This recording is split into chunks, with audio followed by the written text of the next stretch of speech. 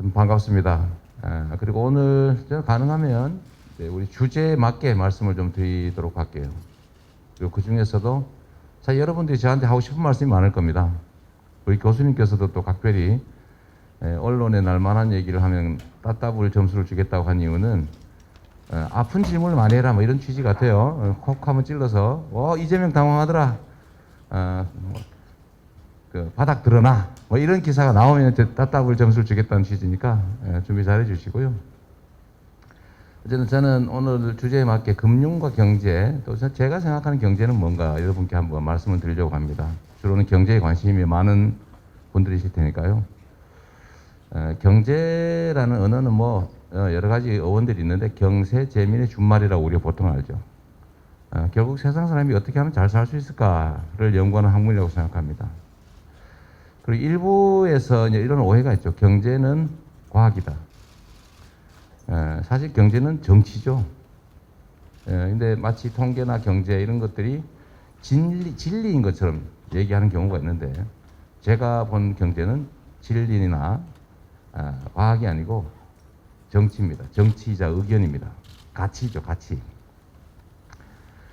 제가 금융 얘기를 좀 이런 얘기를 해보려고 합니다. 제가 최근에 기본 금융 이런 얘기를 하니까 저 사람 좀 이상하다 이런 얘기 하는 사람들이 있어요. 아마 여러분 중에도 그런 생각하실 수 있습니다. 제가 그 기본 금융이라고 하는 개념을 만들어낸 이유는 사실은 경험 때문이에요.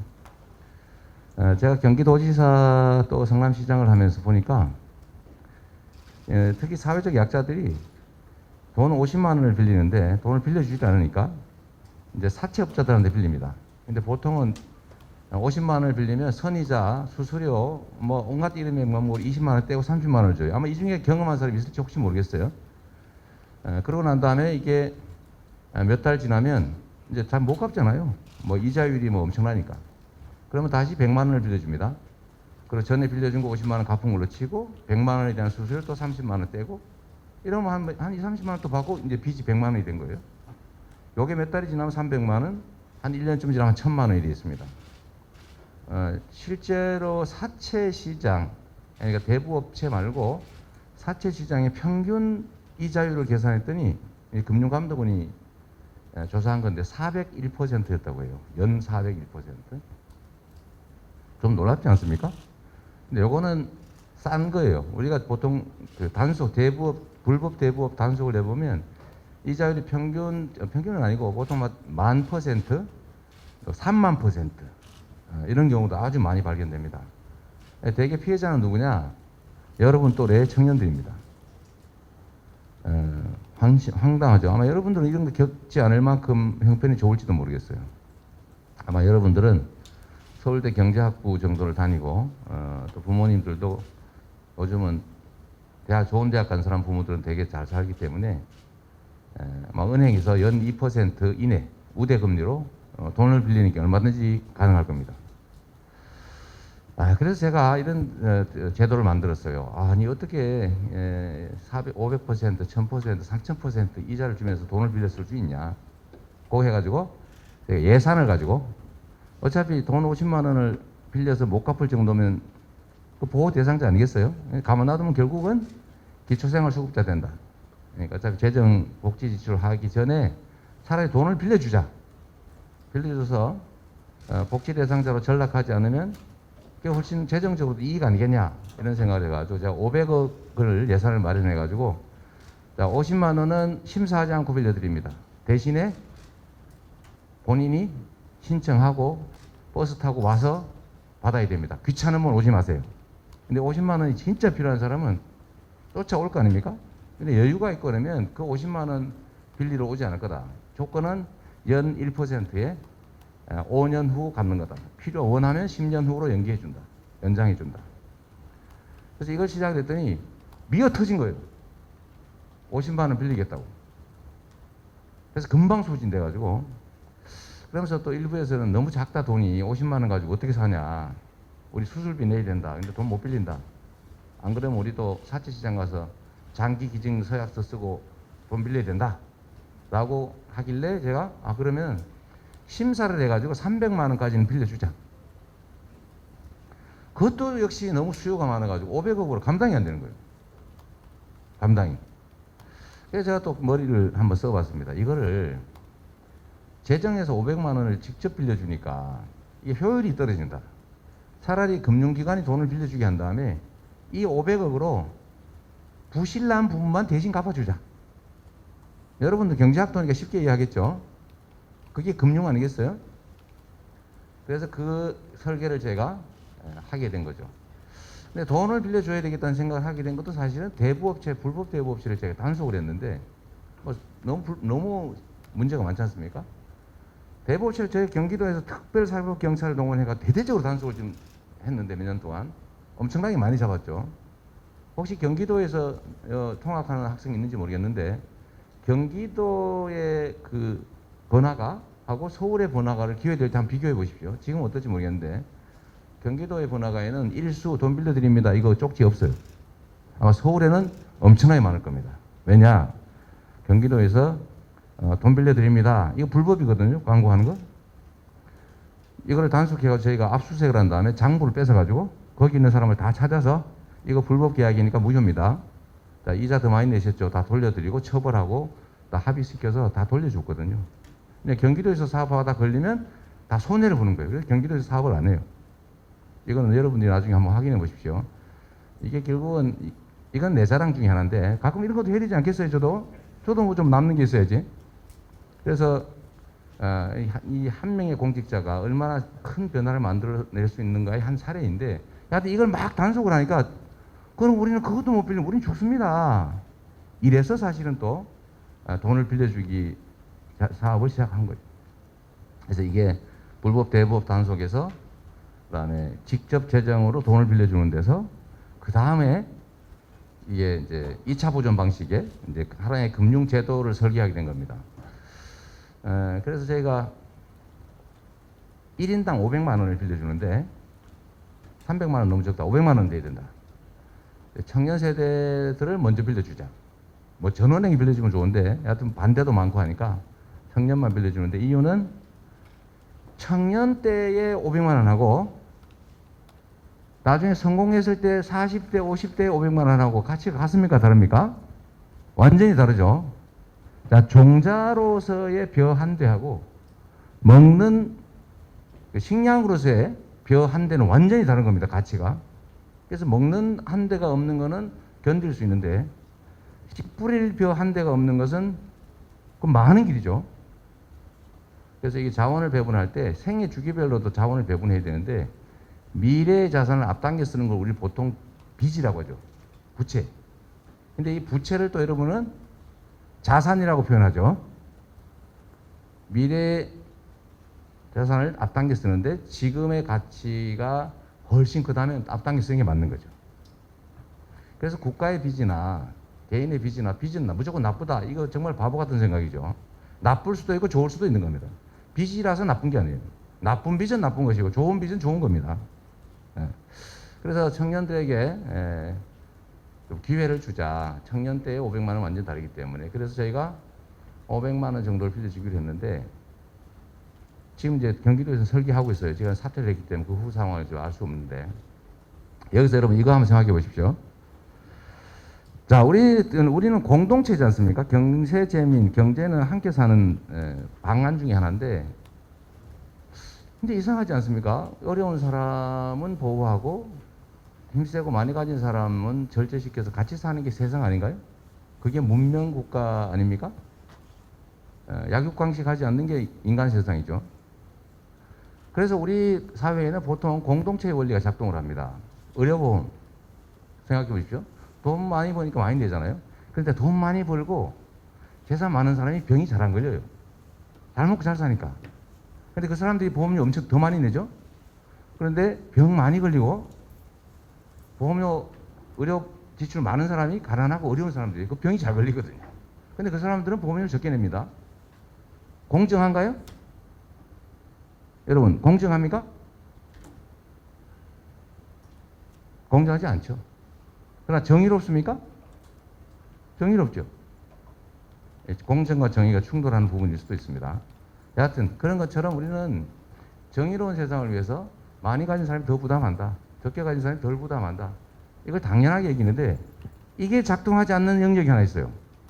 그게 바로 금융입니다. 한번 생각해 보세요. 요 앞줄 우리 네 분이 이제 사정이 비슷해요. 예를 들면 돈을 잘 못 갚은 가난한 사람들이에요. 저쪽은 아주 부자예요. 여기 아주 돈을 빌리면 무조건 잘 갚아요. 그러면 이거 왜 달군네. 네. 네, 그럴 때 이분들한테 돈을 빌려준단 말이에요. 금융기관 입장에서. 금융의 원천은 뭡니까? 금이에요. 금융의 원천은 신용이고, 신용의 원천은 현대 국가는 국가 권력이죠. 발권력 그 자체입니다. 그러니까 이거는 우리 국민 모두의 것이라고 할 수 있습니다. 근데 어쨌든 빌려줘요. 빌려주는데 여기는 잘 갚는 집단이니까 이자율이 엄청나게 싸요. 2% 이내, 우대금리 1%대 원하는 만큼 빌려드려요. 원하는 기간만큼 얼마든지 빌려드려요. 저리, 고액, 장기 대출해 줍니다. 여기 가난해요. 안 빌려줘요. 첫째로. 두 번째 빌려주고 조금밖에 안 빌려줘요. 이자 엄청나게 높게 내야 돼요. 그리고 장기로 안 빌려줘요. 떼어먹힐 가능성이 많으니까. 그래서 이게 신용 등급이라고 생긴 겁니다. 가난한 집단, 부자 집단. 그래서 가난한 사람은 이자를 많이 낸다. 가난한 사람은 돈 빌려주지 않는다. 그러나 부자는 돈 많이 빌려준다. 원하는 만큼 얼마든지. 저리로, 장기로. 정의롭습니까? 정의롭지 않죠. 그래서 이게 금융의 그 공공성, 금융의 수익성, 이 두 가지가 충돌하는 부분인데 국가는 어떻게 해야 됩니까? 뭐 개인 또는 기업들이야 자기 돈 열심히 벌기 위해서 많이 벌기 위해서 하는 거 당연하죠. 그러나 국가는 같이 살게 해야 되겠죠. 그러라고 국가가 있는 거니까. 그런데 금융 영역에서는 이게 작동하지가 않더라는 겁니다. 세금도 돈 많이 버는 사람이 더 많이 내는데 가난한 사람은 세금 안 내고 혜택만 보는데 어떻게 금융은 가난한 사람이 더 많이 부담을 하더라. 근데 이 4명 중에서 과연 진짜 다 안 갖고 떼어 먹느냐? 그렇지 않습니다. 신용등급 그 하위라서 은행에서 돈을 안 빌려주는 뭐 5, 6, 7, 8, 9, 10 뭐 이런 등급들은 대부업체에서 돈을 빌리는데 대부업체들은 보통 이자율이 얼마 전까지 24%였죠. 지금 20%로 떨어졌는데 올해 6월부터 떨어졌는데 이 24%, 20%라고 하는 막 살인적인 고금리 이자를 내면서도 95%가 다 갚습니다. 떼어먹는 사람 5%밖에 안 돼요. 근데 이 떼어먹는 또는 어쩔 수 없이 못 갚는 신용불량을 감수하면서 어쩔 수 없이 못 갚는 이 5%의 이 부담을 그 가난한 사람들이 부담하는 거예요. 그 사람들한테 부담시키는 거예요. 이게 정의롭습니까? 금융, 신용이란 국가 권력, 즉 국민 주권으로부터 나오는 것인데 가난한 사람은 가난한 사람들에 대한 책임을 가지고 있어요. 그래서 이게 옳지 않다. 그래서 금융의 공공성이라고 하는 게 그래서 필요한 거겠죠. 그러면 이 사람들 그럼 막 가난한 사람 빌려줘서 떼먹으면 어떡합니까? 라고 보통 도덕적 해이 얘기하죠. 맞는 말입니다. 그런데 도덕적 해이를 저지르려고 해도 제재라고 하는 게 있어요. 제재와 도덕적 해이 중에 선택을 하겠죠, 사람들이. 그래서 그럼 도덕적 해이를 유발하지 않는, 즉 능력이 되면 갚고 능력이 안 되면 못 갚지만 능력이 되면 반드시 갚는 금액이 어느 정도일까? 알 수 없죠. 근데 이건 통계적으로는 있습니다. 대부업체들이 돈을 빌려주는데 거긴 담보도 없고 수익도 없고 재산도 없는 사람한테 오로지 신용만 보고 빌려주는 거 아니에요? 요즘은 전화해가지고 밤에 전화해서 괴롭히는 것도 금지되어 있습니다. 물론 쫓아가서 돈 달라고 괴롭히는 건 더더욱 금지예요. 그건 처벌해요. 전화하는 것도 이제 안 돼요. 변호사, 이 사람한테 독촉하세요 하면 직접 전화도 금지됩니다. 이런데도 불구하고 돈을 갚는 금액이 있더라. 얼마냐? 900만 원대입니다. 통계적으로 그 사람들이 900만 원, 1000만 원 미만은 능력이 되면 반드시 갚더라. 신용 불량을 감수하면서 안 갚을 수 없는 금액의 최고치 또는 평균치가 한 900만 원 정도 되는 거예요. 여러분도 한번 생각해 보세요. 내가 돈을 1000만 원을 빌렸어요. 그런데 능력이 돼요. 떼어먹기로 맘먹어요. 떼어먹으면 대가를 치러야 됩니다. 신용불량 등재돼가지고 금융거래도 못하고 취업도 못하고 자기 이름으로 재산도 못 가져요. 자, 이걸 감수해야 되는데 이 비교해보면 어떤 게 더 클까? 그건 여러분이 충분히 판단할 수 있다는 생각이 듭니다. 제가 이 말씀을 드린 이유는 과거에 우리가 족징 인징이라고 하는 아주 우리가 격사교과서에서 배운 나쁜 정책이 있어요. 세금을 내서 공납을 하는데 공물을 내는데 세금을 내는데 옆집이 안 내면 대신 내야 돼요. 그 마을에 산다는 이유로 저 사람이 안 낸 이웃집 군포를 다른 사람이 그 동네에 산다는 이유로 대신 냅니다. 그 인징이라고 그랬죠. 이웃이 대신 낸다. 뭐 족징 뭐 이런 건. 항구징포? 뭐 이런 거 여러분들 기억날지 모르겠어요. 시험 보지 얼마 안 돼서 기억날 수 있습니다. 하여튼 이게 정의로운 제도가 아니다. 경제라고 하는 데는 그냥 이 경제 자체는 과학처럼 보이지만 사실은 정치다. 이 말씀 드리고 싶고요. 짧게 이 말씀만 드리고 여러분들 질문이나 의견을 듣도록 하겠습니다. 경제 정책이란 경제 상황을 개선하기 위해서 국가가 뭐 여러 가지 권력적 수단을 동원하는 거죠. 그런데 상황이 바뀌면 정책이 바뀌어야죠. 그렇죠? 객관적 상황이 바뀌어서 당연히 바꿔야 되겠지. 과거는 제가 볼 때 우리 고도성장 사회에서는 투자할 곳은 많은데 투자할 돈이 부족했어요. 그래서 투자할 돈을 확보하면 투자할 곳이 많기 때문에 돈을 벌 수 있었습니다. 즉 투자 기회를 확보하는 것 자체, 투자 자본을 확보하는 것 자체가 매우 중요한 일이었고 그게 결국 정치가 하는 일이었기 때문에 정경유착이 심했고 또 정권 입장, 정부 입장에서는 투자 자원이 한정되어 있기 때문에 몰아줘야 효율적이에요. 그래서 그때는 소위 불균형 성장 전략을 취해서 특정 재벌, 특정 기업을 집중 지원했습니다. 그리고 돈 빌리는 게 이익이었기 때문에 기업의 부채 비율이 막 수백 프로, 쉽게 말하면 천몇백 프로 이렇게 올라갔죠. 빌려서 투자하면 남으니까. 지금은 완전히 바뀌었습니다. 투자할 곳은 없는데 투자할 돈은 남아 돌아서 이자를 받기는커녕 마이너스 이자. 즉 지금 100억 빌려가지고 5년 후에는 950억만 갚으세요. 라고 해도 돈을 안 빌려갑니다. 즉 금융이 작동하지 않는다 그 뜻이고 더 본질적으로는 투자할 곳은 없는데 투자할 돈은 남아도는 시대가 됐죠. 그러면 정책이 바뀌어야 되겠죠. 원래 공급과 수요, 이 양측면 중에 공급이 부족할 때는 공급에다가 집중해주면 공급을 하려니까 투자해야 되고 투자하려면 고용해야 되고 고용하니까 소득이 늘고 소득이 늘니까 소비가 늘고 소비가 늘니까 수요가 늘고 다시 또 생산하고 이 선순환이 가능한 사회였죠. 낙수효과 시대. 지금은 완전히 반대가 됐다. 그럼 어떻게 됩니까? 수요가 부족한 시대가 됐으니까 수요를 보강하는 정책이 필요한 시대로 본질적으로 바뀌었다. 그래서 제가 이 점에 대해서 근본적으로 지금 현재 기재부와 의견이 좀 다르기 때문에 가끔씩 기재부와 충돌하는 모양이 벌어지는 거죠.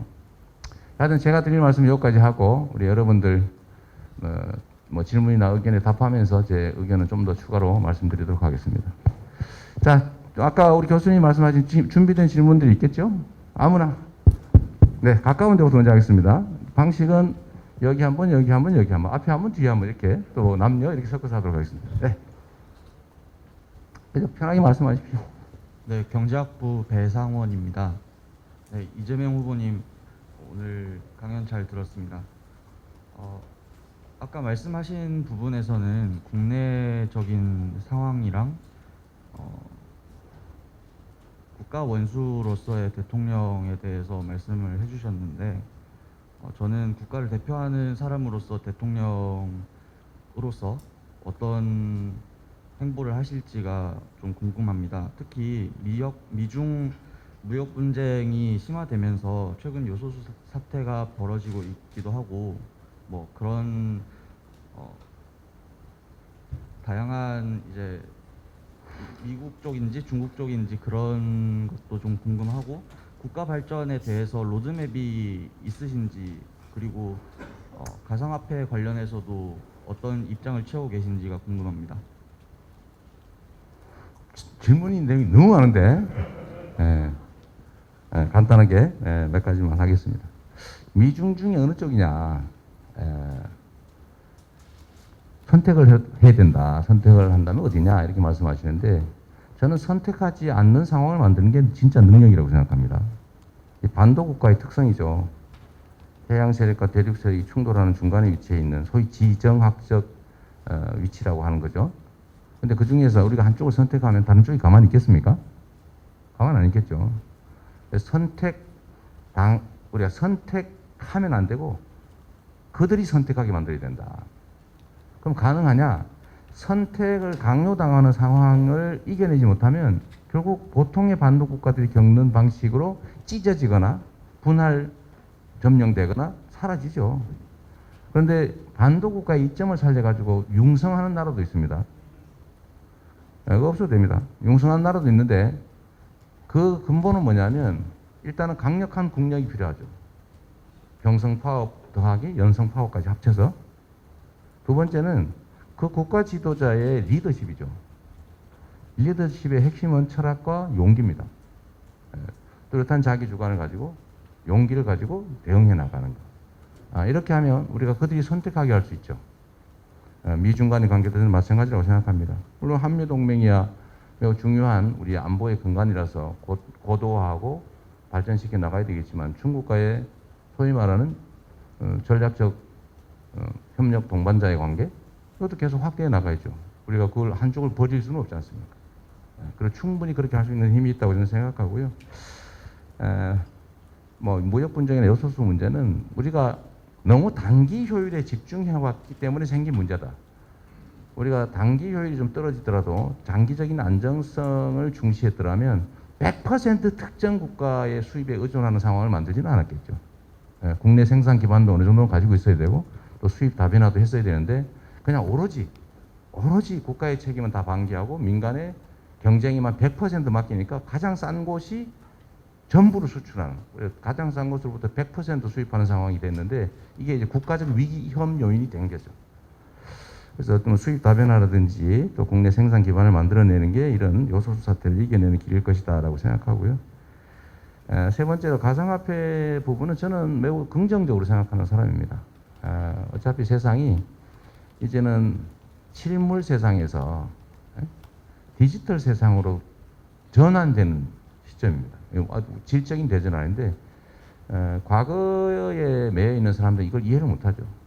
이해를 못합니다. 우리가 겪는 변화는 여러 가지가 있는데 이 디지털 전환이라고 하는 게 있는 거예요. 엄청나게 큰 변화입니다.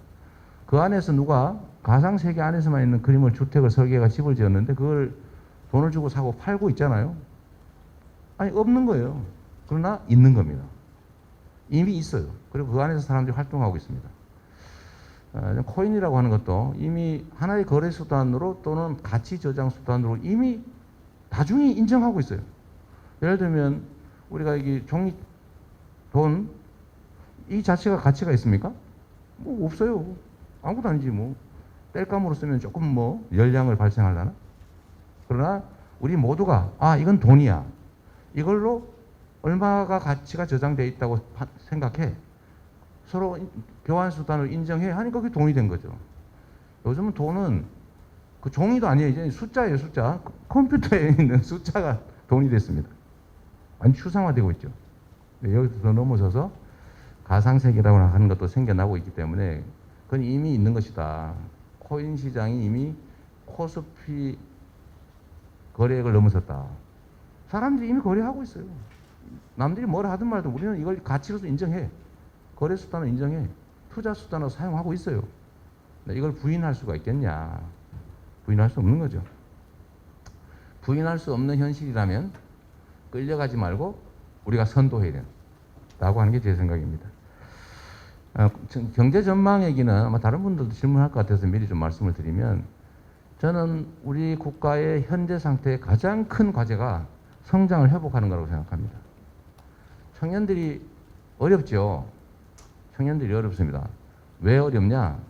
왜 청년들이 아까 말씀드렸던 정의와 공정, 현실적 공정이라고 하는 거하고 정말로 근본적인 정의라는 거하고 이게 상충되는 상황에 이를 만큼 극렬하게 대립하고 갈등하고 치열하게 전쟁을 치르게 됐냐. 저는 그 기회 부족 때문이라고 생각하는 겁니다. 저희 같은 세대들은 비록 당장의 현실은 어려웠지만 경제가 성장하는 상황이었기 때문에 미래가 있었고요. 월급도 뭐 자주 오르고 한 직장 들어가면 그 회사 계속 팽창해 나갔기 때문에 정년까지 안정적으로 일할 수 있었어요. 그런데 지금 저성장으로 전환이 됐습니다.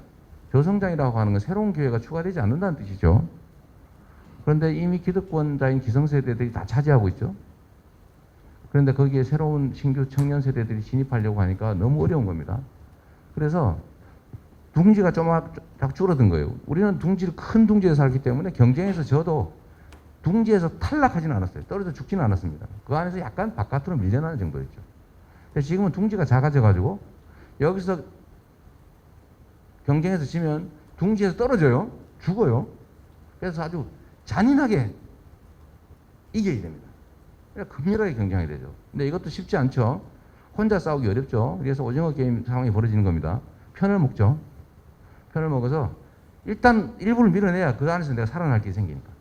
그래서 생긴 게 예를 들면 지역 할당을 두고 지방 청년과 수도권 청년이 다투게 되고 무슨 할당제니 이런 거 등등을 이유로 해서 남녀가 갈려서 갈등하고 이렇게 된 것은 사실은 여러분 청년들의 잘못은 전혀 아니죠. 우리 기성세대들이 그 좋은 시절을 살아오면서 이 공정성이라고 하는 거를 제대로 지키지 못해서 자원이 한쪽으로 지나치게 몰렸고 즉 양극화됐고 그러다 보니까 자원이 비효율적으로 사용되게 됐고 사람들은 희망과 열정을 잃게 됐고 그래서 출생을 거부할 뿐만 아니라 의욕도 잃어버렸죠.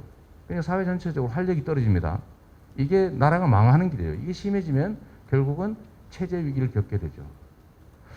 그래서 그러면 이 상태를 어떻게 벗어나냐. 이 작은 둥지 안에서 공정한 경쟁 룰을 만들고 거기 공정하게 지켜주도록 하는 것도 중요하죠. 왜냐하면 거기서 떨어지면 죽는데 죽을 때도 또 탈락할 때도 공정한 룰에 의해서 탈락하면 좀 덜 억울할 거 아닙니까? 근데 그게 우리가 해야 될 최대치인가요? 그건 당연한 거고 그걸 넘어서서 우리가 둥지를 키워야 된다. 즉 성장을 회복해야 된다. 그러면 말이 좋아 성장이지 가능하냐가 여러분이 질문할 거죠. 가능하죠. 왜? 첫 번째는 자원 배분의 비효율성을 극복하는 즉 양극화를 완화하는 공정성을 회복하는 것이 곧 성장의 길입니다. 근본적인 성장을 회복하는 길이죠. 문제는 엄청 어렵다는 겁니다. 이미 이 불공정한 상황에서 특별한 혜택을 받는 사람들 즉 기득권이 있고 좋은 정책으로 세상을 바꾼다고 하는 것은 결국은 기존의 이해관계를 조정하는 것인데 이 이해관계 조정에서 손실을 보게 될 사람들이 힘센 사람들이기 때문에 저항이 엄청납니다.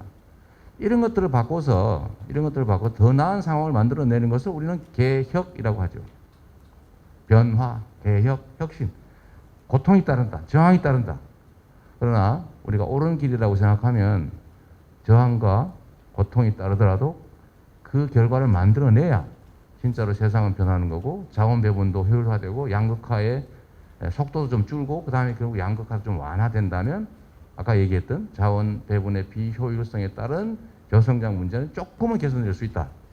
중소기업과 대기업 간의 힘의 균형을 조금 회복해주면 중소기업도 돈 좀 많이 벌고 탈취당하지 않아서 좋은 인재 써서 성장하고 싶고 그럼 중소기업이 일자리가 좋아지겠죠. 그러면 실업 문제도 조금 완화할 수 있다. 수도권과 지방이 이렇게 엉망진창으로 불균형 상태라 지방은 소멸한다고 난리고 수도권은 미어터져가지고 폭발한다고 난리고 이런 상황에서 지방과 수도권의 균형을 조금 회복하면 역시 성장의 잠재력이 살아난다. 이런 것들 하나 있고요. 두 번째는 결국 이 전환의 위기, 아까 디지털 전환의 위기, 또 기후변화에 따른 에너지 전환의 위기, 뭐 그 주기적 팬데믹 이런 것들을 우리 잘 이겨내서 성장의 기회를 만드는 거죠.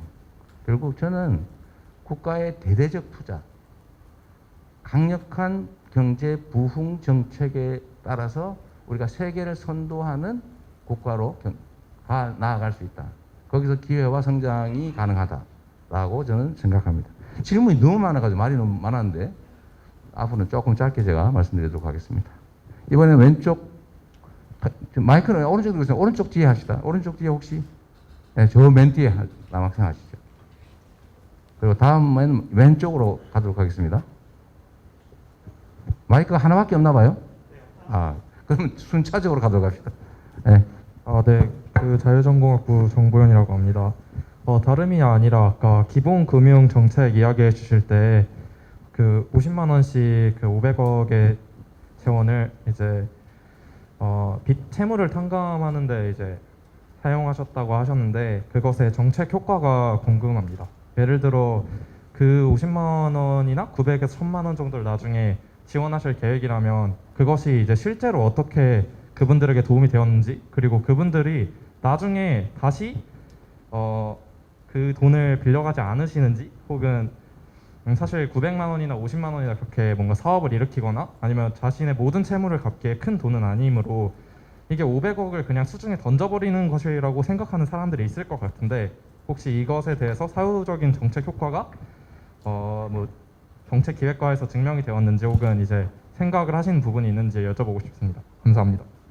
일단 결론적으로 시행한 지가 2년밖에 안 되기 때문에 검증은 현재로는 불가능하다라는 점이고요. 두 번째, 이론적으로 예측을 한다면 복지적 대출 그러니까 대출 형식의 복지 이거라고 보면 되죠. 우리도 서민금융이라는 거 많이 하거든요. 이미 하고 있는 게 많아요. 가난하지만 갚을 능력이 없지만 돈을 빌려주는 거죠. 그러니까 채무 불이행을 각오하고 그런 유형 중에 하나라고 보시면 될 것 같고요.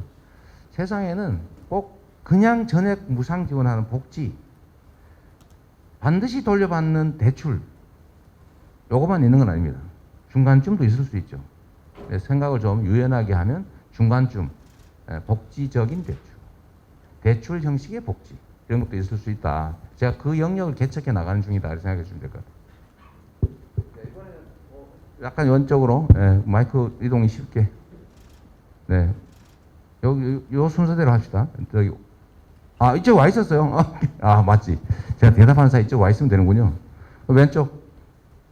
네, 왼쪽 앞에 우리 남학생 얘기하시죠.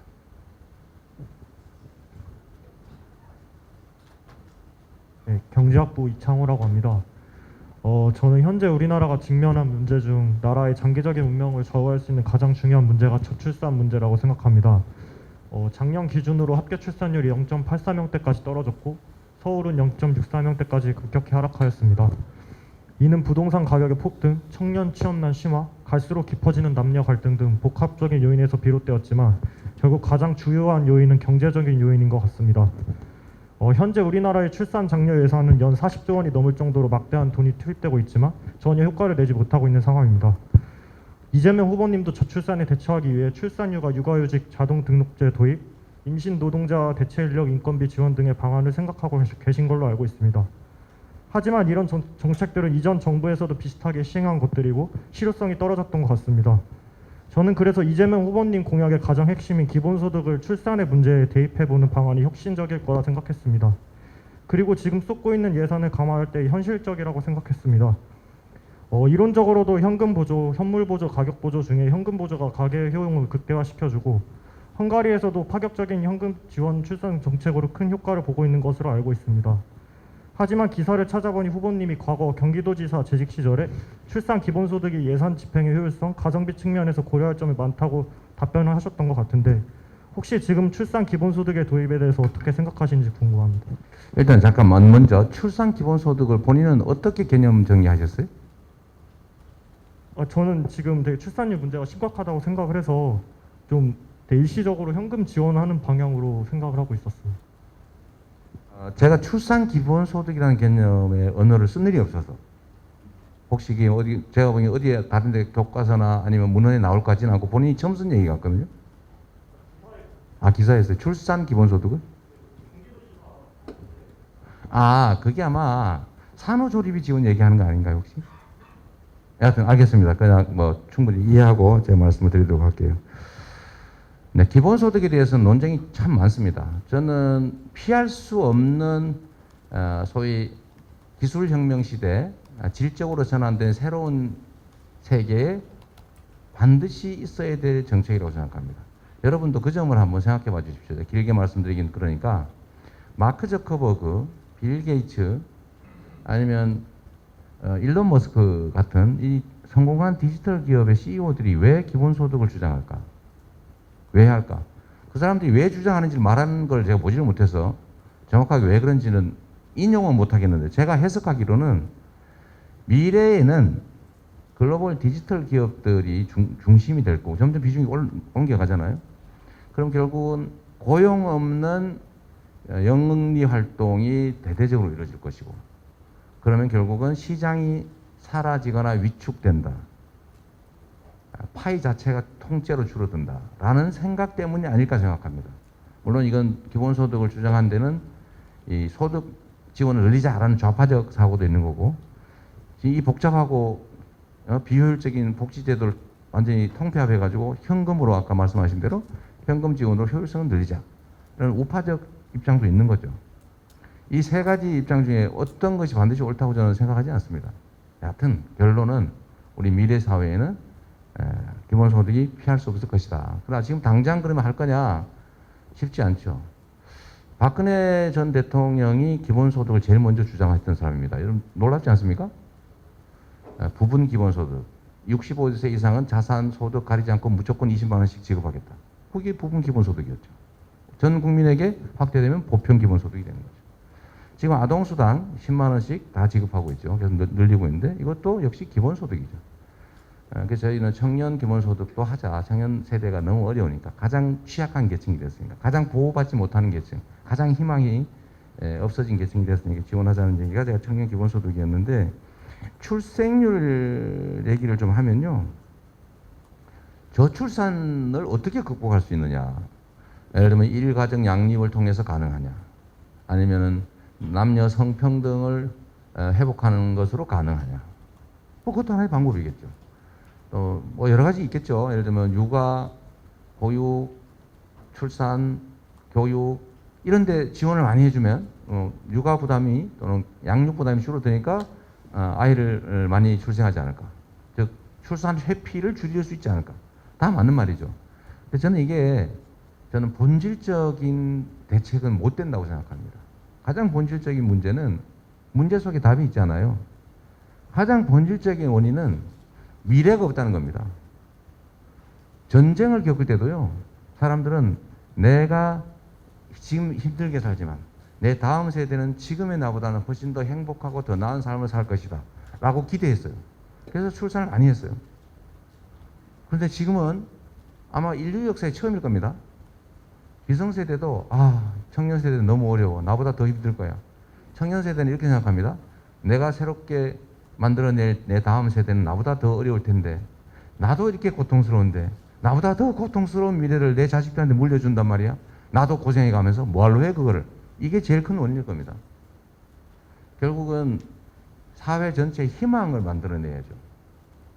좌절과 절망이 아니고 그래 더 나은 세상이 가능해 라고 믿어지는 세상을 우리가 만들어내야 됩니다. 물론 매우 추상적이고 답답한 소리일 수 있는데 그 중에 하나가 저는 성장의 회복이라고 보는 거예요. 기회가 좀 늘어난다. 그래 취업하는데 별로 문제가 없어. 최소한 인간적인 삶은 보장이 돼. 굶어 죽지는 않을 거야. 노인이 돼서 종이 박스 줍다가 길거리에서 얼어 죽지는 않을 거야 라고 믿어지는 사회라야죠. 성장을 회복하고 복지를 확대하고 기본소득을 도입해서 최소한의 인간적 존엄을 유지할 수 있는 삶은 보장이 된다 라고 믿어져야 되겠죠. 그 안에 이제 뭐 여러 가지 정책들이 다 들어가야 되겠지만 저는 가장 근본적으로는 희망을 다시 만들어내야 된다. 그 핵심은 성장을 회복시키는 것이다 라고 생각합니다. 네, 마이크 어디 가지고 있어요? 그 근처에 손 드신 분 주세요. 네, 가까운데 우리 여학생 한 분도 아닌데 앞에 여학생 그리면 되겠네.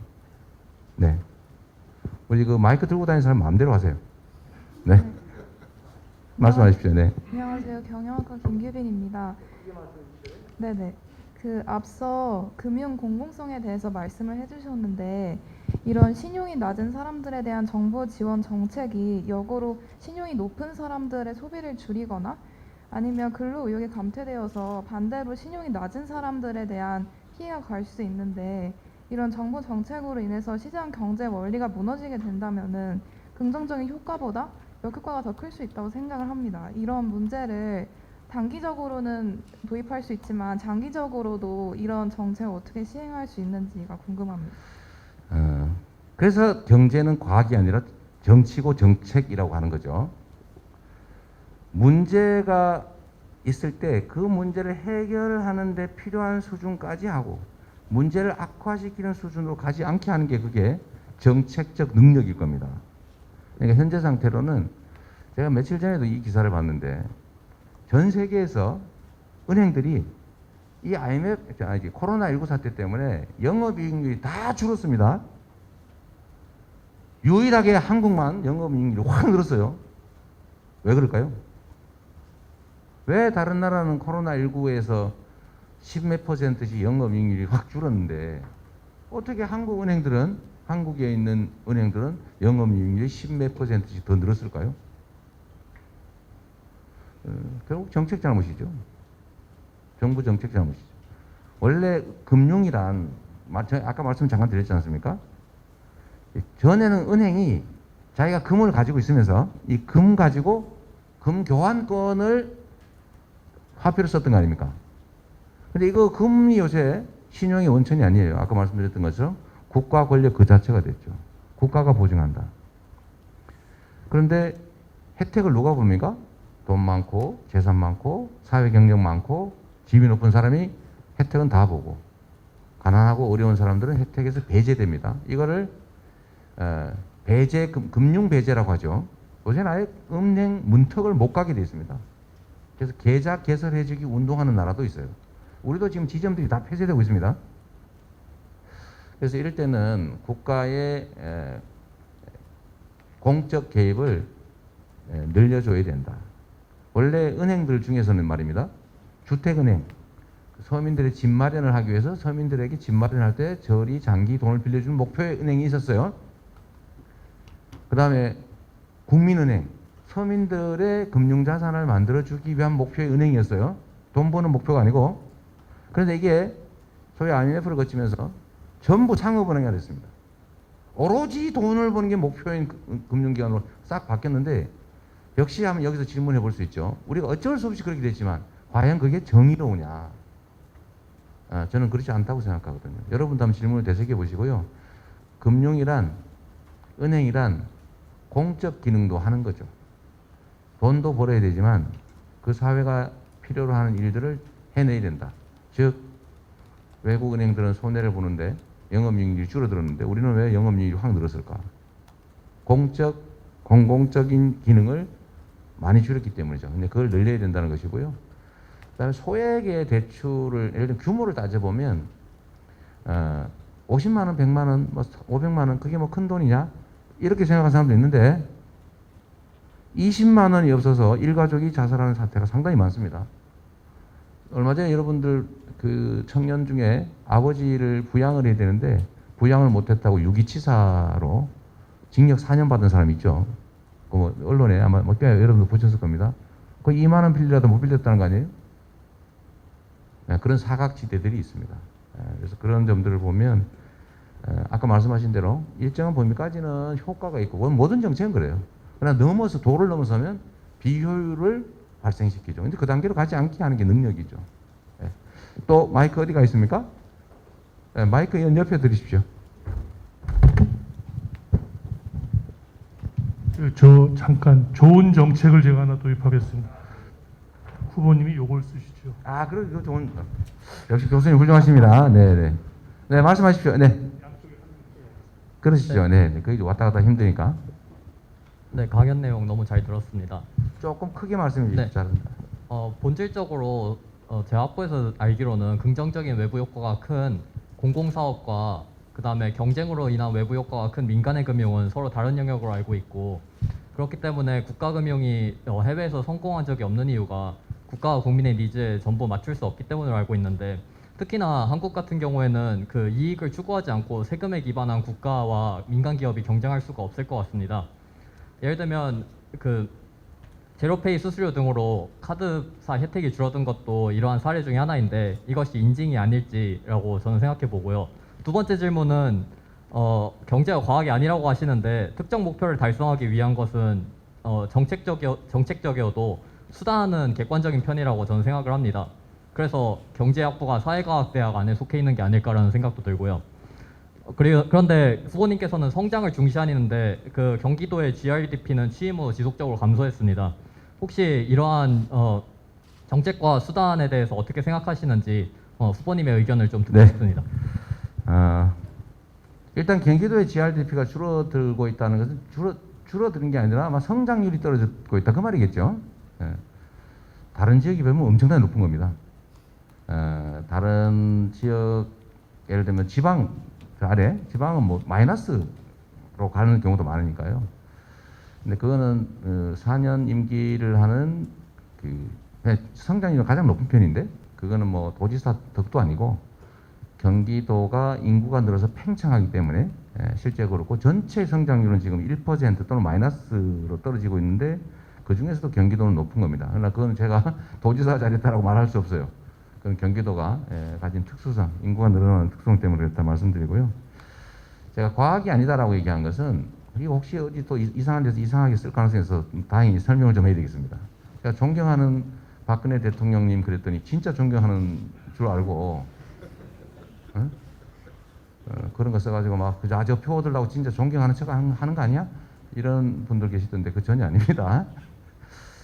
말이란 맥락이 있는 거죠. 맥락이 앞뒤 맥락이. 그래서 맥락을 무시한 참 진짜 문제입니다. 우리 국민들의 집단 지성 수준을 무시하는 그런 일인데 요 과학 아니다 이 얘기도 혹시 오해를 해가지고 저는 무식한 소리 했다 라고 할까봐 한 말씀을 드리면 반론의 여지 없는 진리가 아니다 그 뜻입니다. 비과학이라는 얘기를 하는 게 아니고 제가 말한 말씀의 뜻은 엄밀한 의미의 과학이란 이론이 없어야 맞는 거죠. 과학. 그러니까 이게 제가 이 얘기를 드는 이유는 마치 어떤 통계나 어떤 경제적인 결과들이 마치 진리인 것처럼 얘기하는 경우가 있어요. 진리인 것처럼. 그건 진리는 아니다. 정책적 판단의 결과물이다. 얼마든지 다른 해석이 가능한 일이다. 라는 뜻의 얘기였습니다. 그러니까 이게 혹시 어디 이상한 또 해석해가지고 언론에서 제목으로 과학 아니다 주장, 무식 드러내 이러지 않았으면 좋겠고요. 이제 민간과 공공 영역의 조화에 관한 문제를 말씀해 주신 것 같습니다. 아주 좋은 의견이시고요. 당연히 자본주의 시장 경제 질서는 민간 중심이라 해야 돼요. 일자리도 민간이 만드는 것이고 그럼 국가의 역할은 뭐냐? 민간이 자유롭게 창의와 혁신을 발휘할 수 있게 해주는 것이죠. 다만 또 가만히 내버려 두면 약육강식의 그 밀림의 법칙이 작동하기 때문에 그 점은 최소한 최소화해야 되겠죠. 그래서 공정한 경쟁의 룰을 만드는 거죠. 그게 규제라는 이름으로 이제 나타나게 되는데 보통은 규제를 완화하는 게 무조건 좋다라고 생각하지만 저는 그렇게 생각하지 않습니다. 규제란 경쟁과 창의, 효율을 제고하는 규제는 강화해야죠. 즉 독점을 막다든지 예를 들면 독점으로 행포를 부린다든지 이런 걸 막아야죠. 그건 규제죠. 그것도. 그러나 필요하죠. 그러나 또 규제 중에서도 이제 창의와 혁신, 합리적 경쟁을 가로막는 그런 규제도 있습니다. 그런 것은 또 완화하거나 없애야 되겠죠. 그러면 그 경계선이 도대체 어디냐? 이거는 역시 정치적이죠. 이건 가치 판단이 많이 작동할 수밖에 없는 거죠. 그래서 제가 아마 경기도 공공배달앱 가지고 아마 말씀을 하셨을 수도 있는데 저는 혁신의 결과를 존중한다. 그러나 혁신의 결과가 아니고 독점의 횡포는 허용하면 안 된다. 어쩌면 이제 디지털 세상이 열리고 있기 때문에 플랫폼은 상당한 경우는 디지털 인프라다.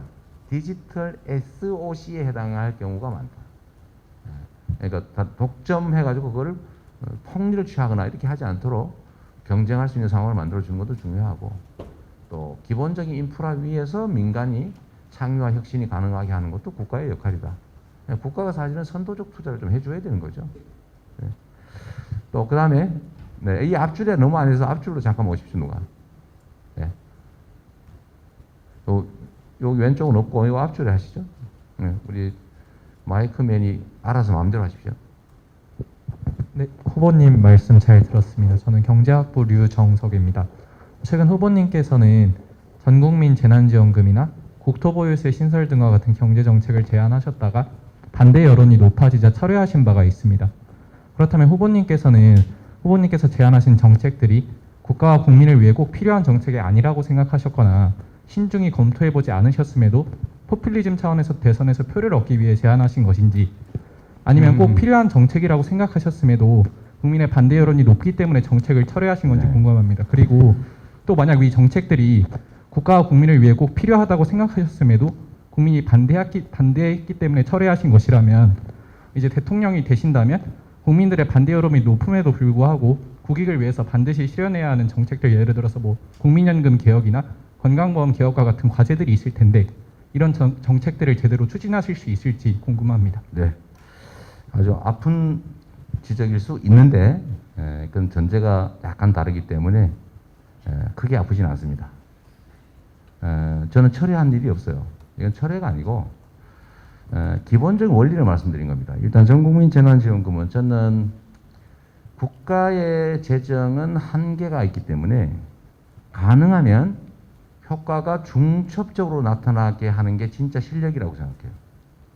단순히 현금만 국민 가계 지원을 하면 요즘은 소위 축장이라고 그러죠. 축장. 경제학도들이시니까 잘 아실 것 같고 쌓아놓잖아요. 안 쓰고. 왜냐하면 미래가 불안하니까. 일본이 헬리콥터 머니를 많이 뿌렸지만 효과가 없었다는 겁니다. 이유는 단순해요. 주면 그냥 저금해버려요. 근데 이거를 이제 우리 극복하기 위해서 아마 여러분도 보셨을지 모르겠는데 썩는 화폐를 개발해야 된다는 얘기가 경제학자 중에 있었습니다. 썩는. 그러니까 자꾸 축장을 하니까 지원을 해줬더니 아예 그냥 일정 시간이 지나면 썩어버리는 그런 화폐로 지원하면 소비가 잘 되지 않을까? 정책 목표를 잘 달성할 수 있지 않을까? 소비하라고 지원하는 거니까. 쌓으라고 지원하는 건 아니거든요. 근데 이 썩는 화폐가 드디어 개발이 됐습니다. 그게 이재명이 만든 소멸성 지역화폐죠. 3개월 지나면 없어집니다. 그리고 어디 써야 됩니다. 당신네 지역에서만 써야 됩니다. 라고 하는 시간, 기간과 사용처, 사용 방법이 제한된 전자화폐가 드디어 나온 거예요. 그래서 우리는 작년에 1차 재난지원금 지급할 때 13조 원 정도에 불과한 1인당 한 7만 원, 6만 원, 7만 원 이 정도를 지급했는데 작년 여러분들 기억하실지 모르겠는데 작년 5월, 6월, 4월부터 5월, 6월 1차 재난지원금 지급되던 2달 동안 소매 매출이 엄청나게 늘어났습니다. 그죠? 통계적으로도 준 돈 더하기 31%를 더 썼다. 경제 효과는 180%가 났다. 이게 정부 공식 발표입니다. 그런데 2차, 3차, 4차 40조 원을 지원했죠. 선별해가지고. 뭘로 줬습니까? 현금으로 줬죠. 효과 있었어요? 받는 사람만 좋았겠지. 그러나 그게 순환이 안 되니까. 여러분이 잘 아시겠지만 경제는 순환이죠. 적은 돈이라도 많이 순환하면 경제 효과가 크고 큰 돈이라도 순환 안 하고 딱 멈춰버리면 효과가 없는 거 아닙니까? 그래서 이 소위 소비 승수, 재정 승수 이런 효과가 있는 방식의 1차 재난지원금이 정말로 효과가 컸다는 거 우리가 알고 있어요. 이중 효과가 있었기 때문에 그렇습니다. 첫째는 소득 지원 효과는 당연하고 두 번째 거기 더하기 3개월 이내에 반드시 당신이 사는 지역의 골목에서 소상공인 자영업자한테만 써라 라고 했더니 동네가 살아난 거죠. 소상공일수록 대형 유통기업보다 당연히 소비 승수 효과가 크겠죠. 왜냐하면 동네 사람들은 내가 가난하기 때문에 막걸리를 팔아서 돈을 벌면은 내가 신발이 떨어졌기 때문에 신발을 사야 되고요. 신발 가게 주인은 그 돈으로 돈 벌면은 통닭 사 먹어야 되고 통닭 주인이 통닭 팔면은 닭을 사와야 돼요. 순환이 빠르단 말이에요. 그래서 효과가 있었던 것이고요.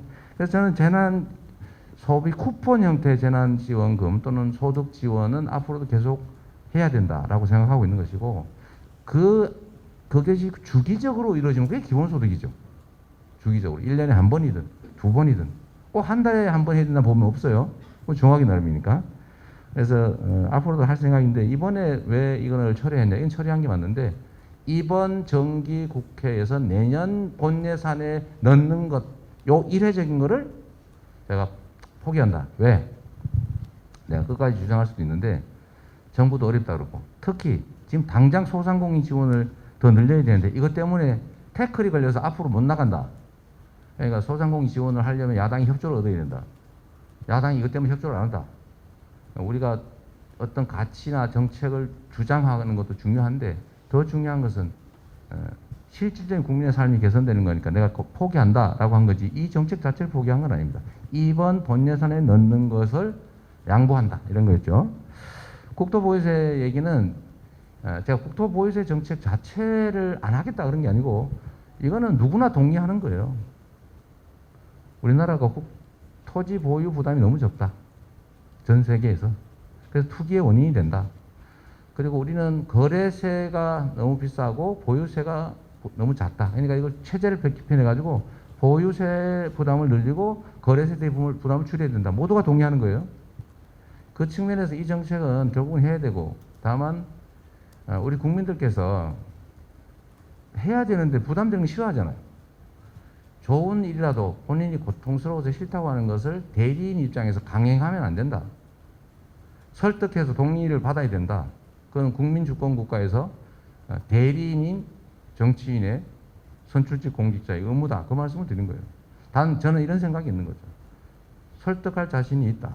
그러나 다만 이번에 이걸 가지고 내가 반드시 이거는 뭐 반대하든지 말든지 하겠다라고 인지하는 분들이 많았기 때문에 그건 원칙적인 얘기를 드린 것이고요. 저는 토지 이익 배당이라고 하는 걸 해야 된다. 토지는 우리 전 국민의 공통의 소유이고, 그래서 공개념이라고 하는 게 있으니까 부담을 지금처럼 너무 낮게 하는 게 투기 원인이 되고 부의 양극화를 심화시키고 사람들의 근로 의욕을 저해시키고 주택 문제, 토지 투기 문제를 발생시키지 않냐라는 측면에서 필요하지만 국민이 동의하지 않으면 자제한다. 최대한 설득해서 동의를 받겠다. 그 말씀을 드린 겁니다. 당연히 정치인이 자기 주장이 있어야죠. 그리고 그 자신의 정치적 가치, 철학 관철하기 위해서 노력해야 되지만 대통령은 국민의 지배자가 아니기 때문에, 국민을 대표하는 대리인이기 때문에 최대치가 국민의 뜻입니다. 국민의 뜻을 넘어서는 그런 건 독재라고 하죠. 포갑이죠, 포갑. 자기가 아무리 옳아도 자기 뜻을 관철하기 위해서 국민의 의사에 반하거나 거스르면 안 된다. 그건 너무 당연한 것입니다. 네, 또 이번에는 오른쪽에 아무나 저기 뒤에 학생 키노트 입으신 분. 네, 안녕하세요. 경제학부 이덕형이라고 합니다. 국토보유세 관련해서 질문이 있는데, 국토보유세가 토지 배당으로 이제 효과를 발휘하기 위해서는 이제 세금이 전가가 안 돼야 된다고 알고 있습니다. 근데 비탄력적이기 때문에 전가가 안 된다는 그런 의견이 있는 걸로 알고 있는데, 실제 연구 결과를 보면은 일부 그 이제 임차인에게 전가가 되는 부분도 많이 있고, 실제로 쓸모 있는 토지 같은 경우에는 탄력적 공급이 된다고 알고 있고, 또 우리나라 구조상 토지 자체가 좀 마켓 파워를 가지고 있어가지고 독점력을 행사하는 경우도 있어서, 과연 토지 보유세가 진짜 이제 토지 배당으로서 소득 불평등을 완화할 수 있는 그런 기구가 될 수 있는지에 대해서 근본적인 의문이 있는데, 이에 대해서 네. 답변 부탁드립니다. 이제 앞으로는 저 이름을 바꿔주세요. 국토보유세라고 하지 말고 토지이익배당이라고 좀 바꿔주시면 좋겠습니다. 그건 하나의 한 측면에 불과하니까. 부담과 지출 양 측면이 전체를 이루고 있는데, 정치적 목적으로 사실은 부담 부분만 강조하는 거죠. 이재명은 세금만 거두려고 해. 그러나 그건 사실이 아닌 거죠.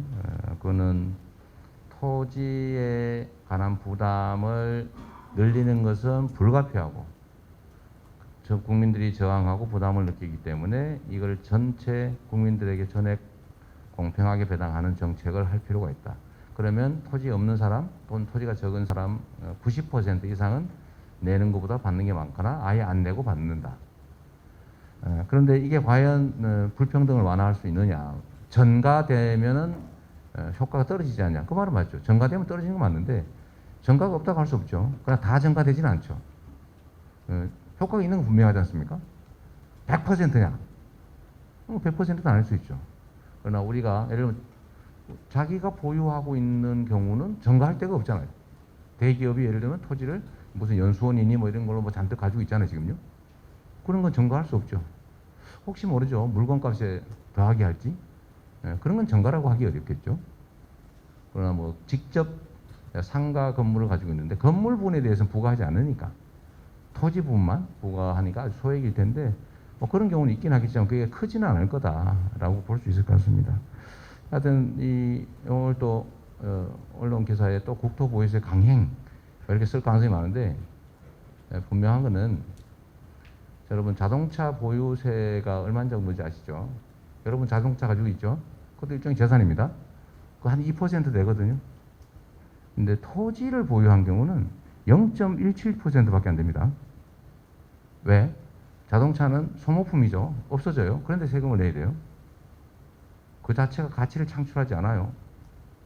그러나 토지는 반대죠. 영원히 존재하죠. 그리고 그 자체가 가치를 일부 창출하죠. 사용이익이라고 하는 거. 마모되지도 않다. 그런데 세금이 어떤 게 더 비싸야 됩니까? 논리적으로? 판단해 보시고요. 그런데 10분의 1밖에 안 된다. 10분의 1도 채 안 된다. 한 13, 4분의 1? 이게 정의로울까? 자동차는 서민이 다 가지고 있어요. 땅은 여러분 중에 가지고 있는 사람 많아요? 땅 있는 사람 손 한번 들어보실래요? 땅 있는 분. 있는데 손 못 들겠죠, 별로. 그럴 만큼 땅이 있는 사람이 별로 없는 거예요. 그래서 이거는 우리가 장기적으로 해야 될 일인데 이번 선거의 주요 쟁점으로 이거를 내가 공약으로 국토보유세를 확실하게 반드시 이렇게 하는 것은 국민들이 반대하니 기본소득위원회 같은 걸 만들어서 충분히 논의하고 국민이 동의하는 전제로 조금씩 순차적으로 점진적으로 해보고 나갈 생각이고 만약에 국민이 이거 효율성이 떨어진다 반대다 라고 하면 하지 말아야 되는 게 또 대리인의 책임이자 도리 아닌가 싶습니다. 네, 이번에는 이 중간에 저 여학생 한번 할까요? 저기 기둥 앞에 요 중간에 지금 손가락질 하시는 분 자기를 지금 가르치신 분 그 뒤에 분도 손 드셨던가요? 아니죠? 안녕하세요. 저는 경제학부 김도연입니다. 그 공약 중에서 여쭤보고 싶은 점이 있는데요. 그 공약 중에 신재생 에너지 중심의 탈탄소 공약에 대해서 이제 여쭤보고 싶은 점이 있습니다. 해당 공약은 탄소 감축을 위해서 에너지 자원을 신재생 에너지로 전환하고 2030년까지 탄소 배출량을 50%까지 감축을 목표하는 것으로 알고 있습니다. 그래서 이제 그 방식으로 각 지역에서 재생에너지를 전국 어디서나 자유롭게 생산하고 팔 수 있는 에너지 고속도로를 구축하겠다고 말씀하신 걸로 제가 알고 있는데 현재 신재생과 액화가스 발전에서조차 크나큰 수익이 나지 않는 것으로 알고 있습니다. 또한 2020년 기준으로 해당 분야에서는 4천억이 넘는 적자가 발생했다는 통계를 제가 봤고요. 그 다음에 현재 발전 공기업에서 수익이 나는 전력원은 석탄과 원자력뿐인 걸로 알고 있습니다. 그래서 저는 이에 대해서 이제 현실성 있는 구체적인 탄소 감축 로드맵을 어떻게 생각하고 계신지 여쭤보고 싶고 또한 또 최근에 이제 건설이 중단된 원자력 발전소에 대해서 신한울 3, 4호기에 관련해서 국민들의 의견에 맞춰 충분히 재고할 수 있다. 즉 공사 재개 가능성을 또 시사하셨는데 이는 결국 탈탄소도 아닌 탄소 감축이란 전 세계적 흐름에 구색을 맞추는 공약이 아닌지 한번 여쭤보고 싶습니다. 매우 구조적이고 또 심각하고 정말 결단을 요구하는 엄중한 문제인데 하여튼 제가 가진 의견을 좀 길게 말씀드릴 수 없어서 요약해서 말씀드리겠습니다. 자, 우리는 좋아서 선택하는 경우도 있고 피할 수 없는 경우도 있습니다. 그런데 우리가 선택의 여지가 있을 때는 고통이 적은 거, 또 현상 유지적인 걸 선택해도 괜찮아요. 그런데 피할 수 없는 경우는 어떡합니까? 끌려가면 그 자체가 고통이에요. 근데 모두가 피할 수 없는 상황이라면 다른 사람들보다 반발짝만 일찍 가도 엄청난 기회를 누리는 선도자가 됩니다. 원래 순위를 바꾸거나 대대적인 혁신을 이뤄내는 것은 위기 때 가능해요. 안정적인 평시에는 변화가 불가능합니다. 저항 때문에, 관성 때문에. 그런데 이 큰 변화의 위기, 이 위기 상황이 새로운 기회의 요인이 되죠. 뭐 저는 인생을 그런 식으로 살아와서 그런지 모르겠는데 지금 탈탄소 문제는 지금 당장 말입니다. 당장 유럽이 지금 톤당 5만 원 정도의 부담금을 부과하고 있다고 해요. 근데 우리는 한 평균적으로 뭐 들중날중인데 평균 해보면 한 10,000원 정도? 근데 이거를 지금 그 10만 원 정도로는 올려라. 최하 7만 5천 원까지는 올려야 된다. 지금 그렇게 주장하고 있잖아요. 잘 아시는 것 같은데. 그리고 장기적으로는 150만 원, 15만 원 정도까지 올려라. 150불 정도까지. 이 국제기구의 권고입니다. 그런데 당장 한 2, 3년 후부터 지금 탄소 국경 조정 부담금 또는 탄소 국경세 이런 걸 지금 유럽하고 미국이 부과하겠다고 공언을 했어요. 만약에 우리가 탄소를 줄이지 않고 계속 지금처럼 이 화석 연료에 의존한 산업 체제를 유지하면 수출 길이 막혀버립니다.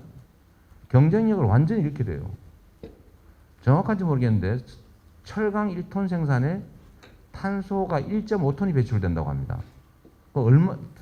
철강 1톤에 도대체 얼마를 유럽, 미국 수출할 때 부담을 시게 됩니까?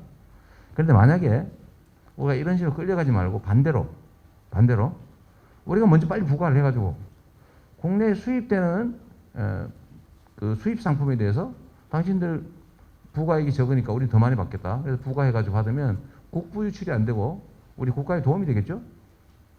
자, 끌려갈 거냐? 끌려가다가 도태의 위험을 겪을 것이냐? 우리가 힘들지만 반발적으로 일찍 가가지고 우리가 선도해서 끌고 갈 거냐? 이거는 정말로 중요한 선택입니다. 근데 그러려면 일단은 대대적인 투자가 필요하겠죠. 당연히 투자해야죠. 민간이 자율적으로 할 수 없어요.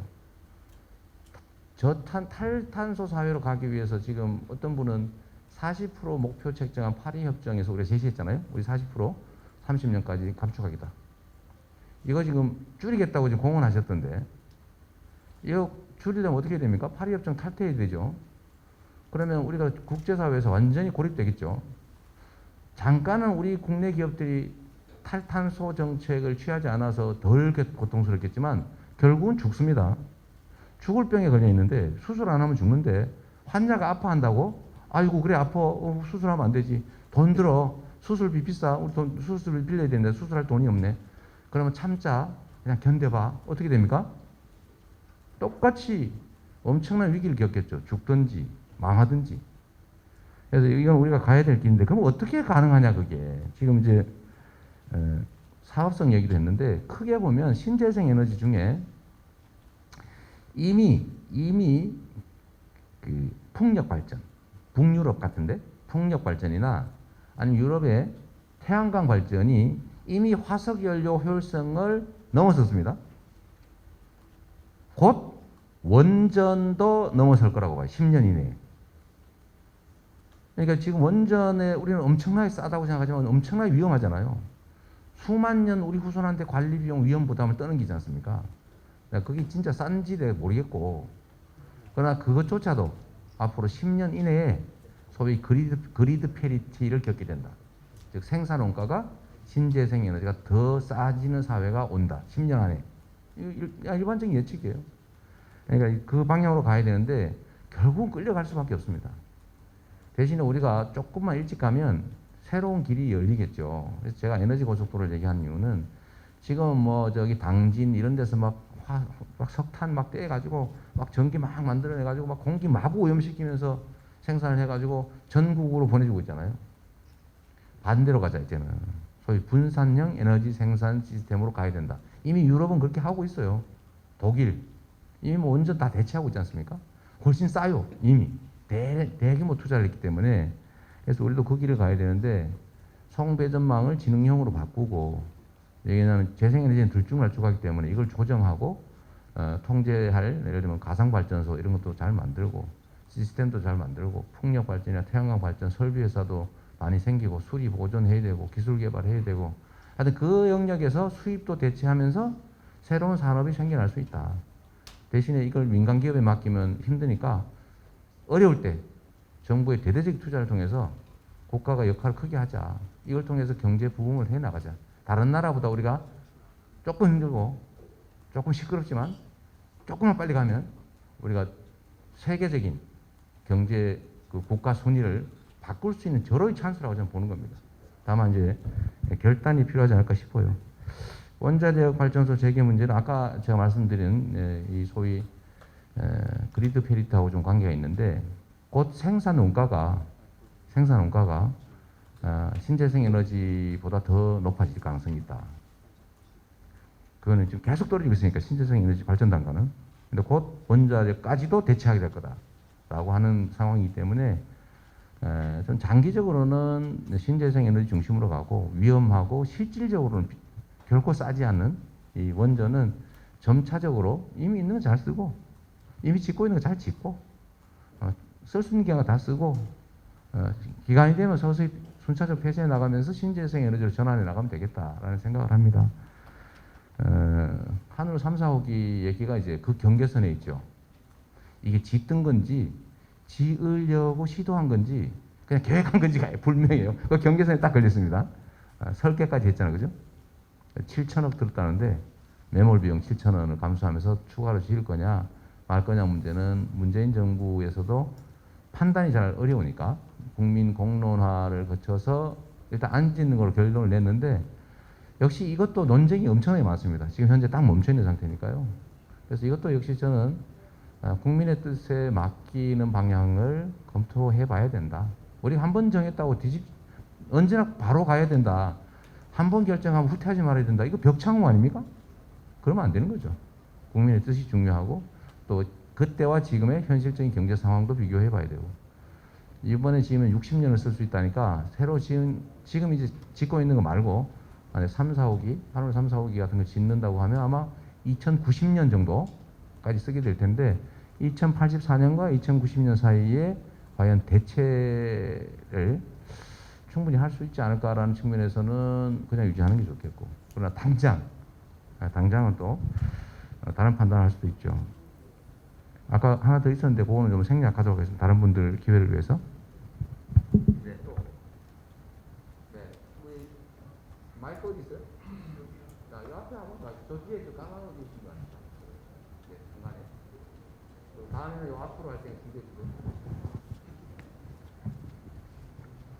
우리 서울대 경제학부 학생들의 질문 수준이 너무 높아가지고 엄청 힘듭니다.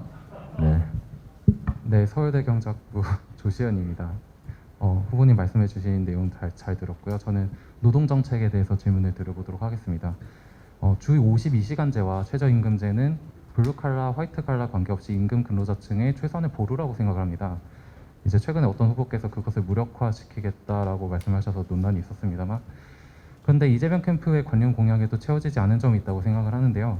현재 주 52시간제가 이제 최소한 회사가 눈치 보게 하는 정도에 불과할 뿐이지 실질적으로 지켜지지 않는 곳이 굉장히 많습니다. 뭐 판교나 선릉이나 IT 회사라든지 구로 디지털 단지에 있는 회사들이라든지 이야기를 들어보면 다들 굉장히 힘들어하거든요. 포괄임금제를 적용시켜서 그것에 대해서 연장 근로수당을 부여하지 않고 과도한 근로시간을 근로자들이 감당하게 만들고 있는데 법률상 따지면 이것이 엄밀히 따지면 위반이 되지만 그에 대해서 근로감독 역시 진행을 하지 않고 있습니다.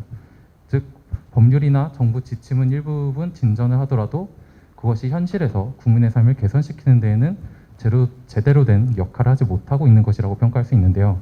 그래서 만약에 다음 대통령이 되신다면 이런 문제들을 해결을 하셔야 될 텐데 후보님께서 갖고 계신 포괄임금제 등에 대한 입장과 그리고 주 50시간과 같은 제도들을 어떻게 실질적으로 근로자들이 일하는 직장에 확립시킬 것인지에 대해서 견해를 말씀해 주시면 좋겠습니다. 네. 이것도 뭐 최근에 여러 가지 의견들이 충돌하는 중요 문제인 것 같습니다. 우리 세대별로 노동자들이 원하는 노동의 상이 좀 다른 것 같아요. 그러니까 과거에 우리는 안정적으로 돈을 많이 버는 게 제일 중요한 기준이었던 것 같아요.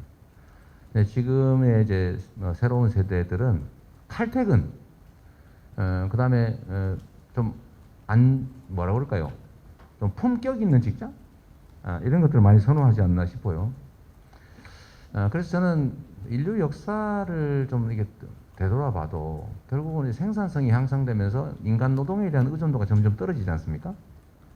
근데 그럴 때 그러면 과거 방식으로 진짜 눈 뜨면 일하고 눈 감으면 자고 눈 뜨면 일하고 눈 감을 때까지 자고 일하고 이런 방식으로 지금까지 살아왔으면 인류가 유지될 수 있었겠냐.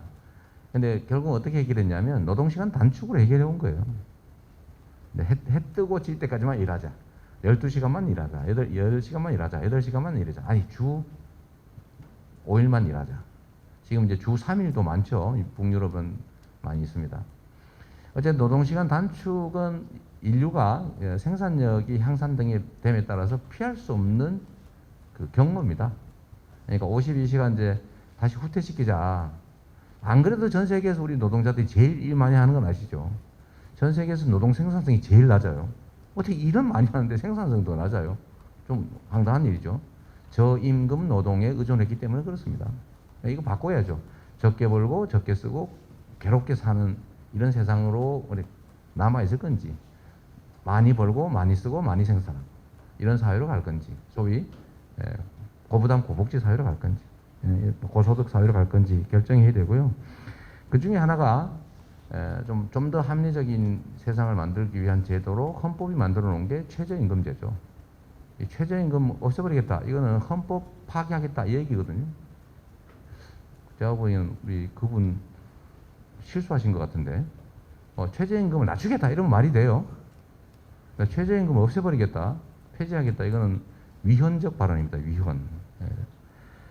한번 생각해 봐 주시면 좋겠고요. 저는 최저임금이라고 하는 것은 적정임금의 과는 완전히 다른 말이죠. 최저, 반드시 지켜야 되는, 죽었다 해도 반드시 해야 되는 이런 의미잖아요. 그게 있어야지 왜 없어도 됩니까? 그 뭐 올리버 트위스트 시대로 되도록 가서는 안 되잖아요. 그래서 최저임금제나 또 노동시간 단축을 위한 이런 52시간제 이런 것들은 잘 지켜져야 된다고 보고요. 또 한 가지는 포괄임금제 얘기인데 이제 편법으로 소위 연장 노동에 대한, 연장 근로에 대한 보수를 지급하지 않기 위해서 이런 편법들을 많이 쓰는 것 같습니다. 고용되어 있는 상태에서는 이거를 문제 제기하기가 너무 어렵죠. 그래서 사실은 우리가 합의해놓고 지키지 않는 규칙이 너무 많습니다. 제가 해보고 싶은 것 중에 하나가 그런 거예요. 최소한 우리가 합의한 거는 지키자. 합의한 것, 즉 규칙. 뭐 제일 고도의 규칙이 헌법이죠. 그 다음에 다 가장 강력한 규칙. 어기면 처벌한다. 형법. 그 외에 각종 행정법규, 민사적 약속 또는 뭐 상식과 규칙 이런 것들을 어겨서 이익을 볼 수 없게 이런 것들을 지키더라도 손해보지 않는 그게 합리적이고 예측 가능한 사회 아니겠습니까? 저는 그 사회를 만드는 게 제 1목표예요. 이미 약속한 건 지키자. 그 중에 하나가 노동법인데 문제는 안 지키죠. 근데 말을 못해요. 말하면 이렇게 그만둬야 되니까. 그럼 어떻게 해야 됩니까? 그런 부분을 국가가 지켜줘야죠. 그래서 본인이 신고하지 않더라도 국가가 직권으로 조사해서 아 이런 문제가 있네요. 직권조사가 나왔습니다. 누가 뭐 말해서 그런 거 아니에요. 아 이런 문제가 있습니다. 이거 시정하세요. 다 설문조사해 아 이런 문제가 있다는데 시정하라. 안 하면 제재하겠습니다. 이게 국가가 할 역할이죠.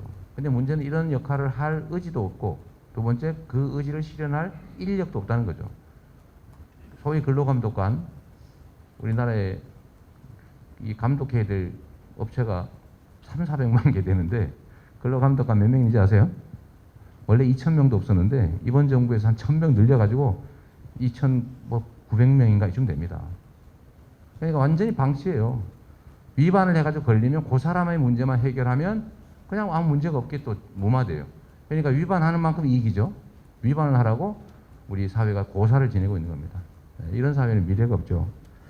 그래서 이런 문제는 저 같으면 정해진 규칙은 반드시 지킨다. 그런 사회를 만드는 게 첫 번째 과제입니다. 그래야 믿을 수 있잖아요. 네, 또 마이크 앞에 하기로 아까 했으니까 앞에 5분만 하도록 하겠습니다. 그러면 네. 물어서 그러시죠. 이분 지금부터는 몇 분 같이 몰아서 네. 하도록 하겠습니다. 안녕하세요. 경제학부 송민주입니다. 저는 짧은 질문과 긴 질문이 있는데요. 먼저 그 야당의 윤석열 후보님 있지 않습니까?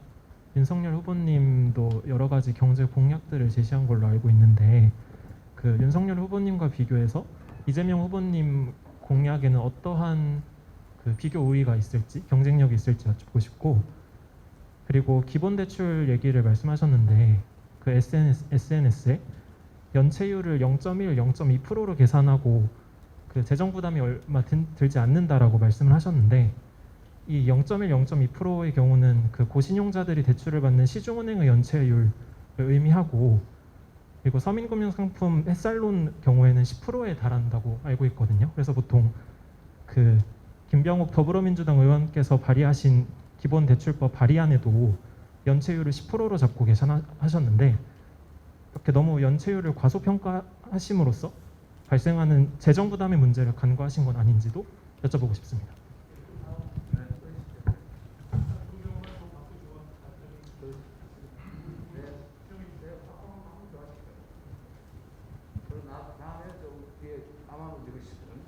네, 경제학부 영재현이라고 합니다.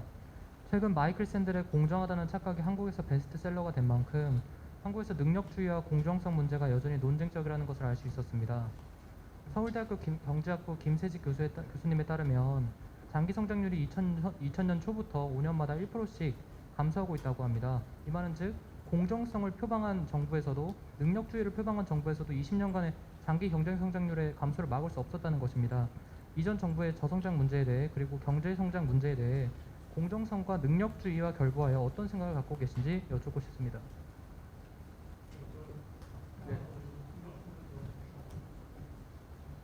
네, 경제학부 권계입니다. 짧게 3가지 정도 질문을 드리고 싶습니다. 네, 빠르게 드리겠습니다. 1차 재난지원금 효과가 있다고 말씀해 주셨는데, 근데 기재부 발표에 따르면은 투입한 금액에 비해서 30% 수준에 그친다고 나타났습니다.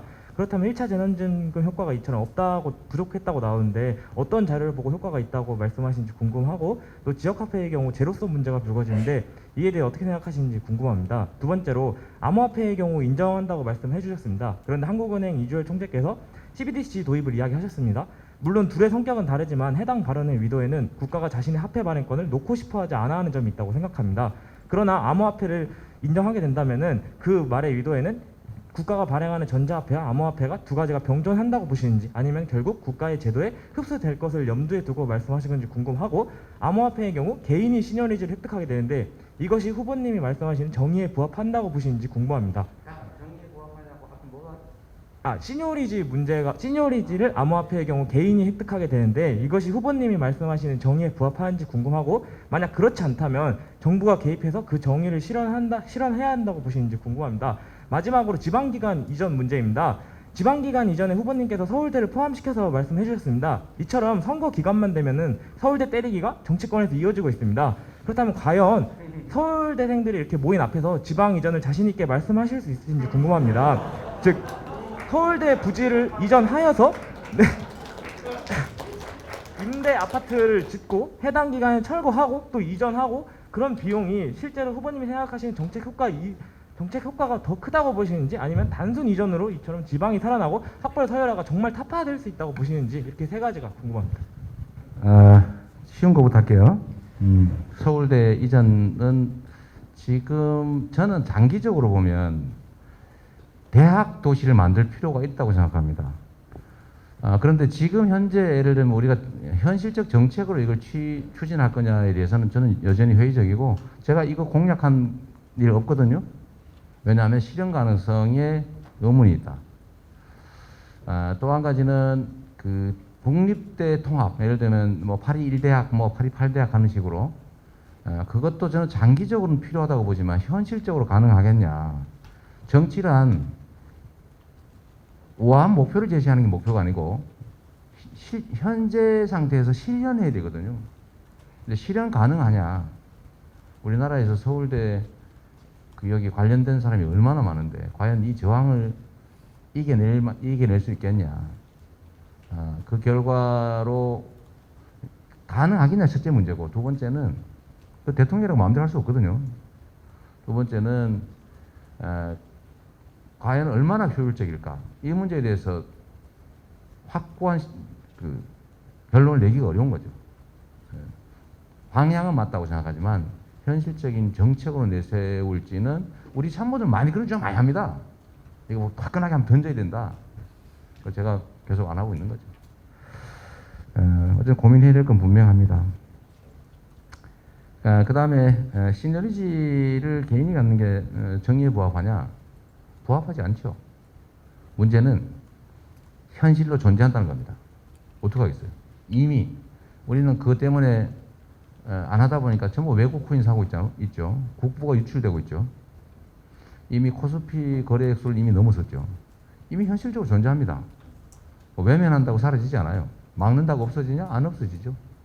이럴 때는 우리가 밀려갈 게 아니라 우리가 끌어가야 된다 라는 차원에서 말씀드린 거고, 아까 말씀하셨던 저는 그래서 가능하면 지금 안 그래도 그런 고민을 하고 있는 중인데, 이 개인에게 시너리지를 주는 것이 바람직하지 않으니 우리 그 시너리지를 공공이 모두 확보하는 방안을 강구해야 된다. 저는 그런 생각해요. 방치할 게 아니다 그 말이죠. 어쨌든 이건 나중에 아마 심각한 논쟁이 벌어질 일이 하나 아마 나올 겁니다.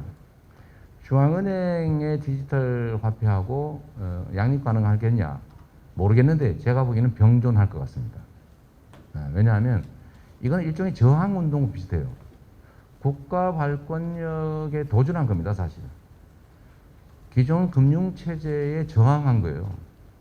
그러니까 개인들이 예를 들면 자기들이 막 거래하는데 수수료가 없어요. 예를 들면 인도 사람이 그 한국에서 돈 벌어가지고 송금을 해야 되는데 기존 금융 체계를 이용하면 수수료가 엄청나요. 뭐 환전해야지, 송금 수수료 나오지, 그렇잖아요. 근데 이거 가상화폐로 거래하면 수수료 하나도 없습니다. 깔끔하죠. 즉각 시간도 안 걸려요. 얼마나 편해요, 그냥. 그래서 이거는 현실로 계속 존재할 가능성이 높다라는 생각이 듭니다. 지역화폐 제로섬 아니냐? 수평적으로는 제로섬이 맞습니다. 모든 데가 똑같이 발행하면 지역 이동은 없어지겠죠. 그러나 제가 주목한 것은 지역화폐는 수평 이동이 아닙니다. 매출의 수평 이동이 아니고 매출의 수직 이동. 대형 유통 기업으로부터 매출을 동네 골목 상권에 뿌린 거예요. 이건 엄청나게 효과가 큰 부분인데 실제 이게 주 목표고, 그런데 그 모 기관은 이걸 일부러 대상에서 제외해버렸죠. 수평 이동만 가지고 효과 없다라고 한 거예요. 즉 정치를 한 거죠. 그래서 제가 그때 한번 뭐라고 그랬는데 너무 심했다 이런 비난을 내가 많이 받았습니다. 그러나 분명한 거는 수직 이동 효과는 매우 크다. 제일 첫 번째 질문으로 기재부가 30% 효과가 있다는데 30%밖에 안 되는 거 아니냐 그 말이잖아요, 그죠? 이것도 역시 정치를 한 거죠. 현금으로 주면 어떻게 됩니까? 안 써요. 쉽게 말해 제로다. 일본이 현금으로 1인당 10만 원씩 지급을 했더니 요새는 좀 더 썼을지 모르겠는데 상당한 시간이 지난 다음에도 지출한 금액이 10%밖에 안 됐다는 거예요. 90%는 그냥 가지고 있어요. 미국도 비슷했습니다. 그 수표로 줬잖아요. 그때 보니까 한참 한 6개월이나 한 1년 가까이 지난 다음에도 작년 말쯤에 제가 기억하는데 45%밖에 안 썼다는 거예요. 우리는 다 쓰고 추가로 31%를 썼다. 효과가 있는 거예요. 근데 이거를 효과가 없다고 하면 뭐 해석이죠. 뭐 해석이야 각자 하기 나름이니까 그 얘기하시고, 이 두 번째 질문하신 분이 너무 어려운 질문인데 이 능력주의와 공정성에 관한 얘기, 이 정말 철학적으로 깊은 논쟁이 필요한 일이죠. 뭐 길게 얘기하기는 어려운데 딱 그 말이 맞습니다. 대통령 임기 하나마다 5%씩 성장률이 떨어졌어요. 근데 이게 그 특정 시기에 정부의 무능함이냐라고 얘기하면 반드시 그렇다고는 할 수 없어요. 세계적인 추세였습니다. 원래 경제 규모가 커지면 커질수록 선진국일수록 성장률이 떨어져요. 근데 성장률이 떨어지는 이유가 좀 달라요. 우리는 불평등, 격차가 큰 원인이 됐다고 저는 생각합니다. 그래서 여기는 엄청난 결단과 용기가 필요하고요. 그래서 추진력이 필요합니다. 옳은 일이라고 시작을 했는데 저항이 심하면 되게 포기하거든요. 그러니까 국민이 합의해서 해야 될 일이라고 결정한 일이라면 정말로 끝까지 결과를 만들어내야 또 다음 개혁이 가능하다. 저는 그걸 통해서 충분히 새로운 길을 갈 수 있다고 생각합니다. 공정과 정의에 관한 이런 논란들이 있지만 저는 그렇게 생각하죠. 쉽게 생각하면 우리 기성세대들은 기회가 많았어요. 사회적 정의, 그래 이거 바람직한 일이야. 내가 약간 손해볼 수 있어. 이렇게 살았어요. 그래도 큰 문제 없었습니다. 그래 지금 세대들은 정의 개나 주라 그래요. 일단 내가 죽게 생겼는데 이걸 예를 들면 부도덕하다고 비난할 수 있겠습니까? 어쩔 수 없는 현실이 그런데. 그래서 지금 해야 될 일은 그런 상황에서 벗어나게 하는 거죠. 정의롭게 사는 것이 공정한 사회를 만들어야 되고, 그건 뭐 너무 궁극적으로 도달하기 어려울지 몰라도, 그러나 정의라고 하는데 나의 약간의 공정성에 대한 열망을 조금은 양보할 수 있는 사회, 즉 여유 있는 사회, 기회가 그래도 조금 넘치지 않더라도 기회가 충분한 사회, 그 사회로 가야 되는 거고, 그게 결국은 정치인이 할 일 아니겠나 싶어요. 저 같은 사람들이 해야 될 일인 거죠. 그다음에 첫 번째 질문해 주셨던 우리 윤석열 후보의 공약과 이재명의 공약이 뭐가 다르냐? 아까 0.1%는 말씀하신 게 맞아요. 이걸 제가 호도하기 위해서 하는 얘기는 아니고 전체를 보면 연체율이 이 정도밖에 안 된다는 얘기를 한 거고, 제가 경기도에서 설계할 때는 5% 손실을 예상하고 한 겁니다. 그건 또 자산 소득 가리지 않고 모든 청년 20만 명에게 500만 원씩 지원할 경우에 1조 원이 필요한데, 이 중에 5% 정도, 전체예요. 신용 불량자 중에서 5% 아니고 전체 중에서 5% 손실될 것이라고 예상해서 500억을 책정을 했는데, 즉 1조 원을 10년간 연 3%로 빌려주는 거예요. 2.5에 3% 빌려줄 건데, 이 중에 못 가는 사람이 있을 거다.